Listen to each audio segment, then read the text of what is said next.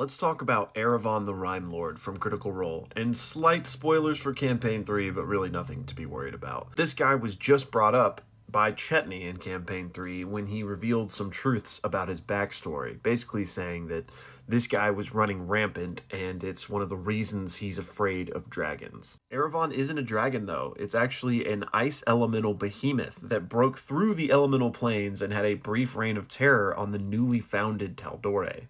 I say newly formed because this happened right after the end of the Scattered War, in which the human kingdom of Drassig fell, and from the ashes Zan Tal'Dorei became the first sovereign of the land now known as Tal'Dorei. So where does the dragon stuff come in? Well, that's where we've got Skysunder, who is a female white dragon and the herald of Errevon. And Skysunder essentially served as a scout, and following the Scattered War, with the human kingdoms kind of in chaos and rebuilding, Skysunder realized this was a prime time for Errevon to invade. A couple of fun facts about Skysunder is this is her in her human form, by the way, but she is the daughter of the ancient white dragon Voragal, who you may be familiar with, and she was also the antagonist in one of the Vox Machina Origin series comics. But to continue, Errevon, knowing the kingdoms of men were weak, looked for a place to invade, and during the next celestial solstice was able to portal into the prime material plane in a forest that is now known as the Frostwell due to his effect of coming there.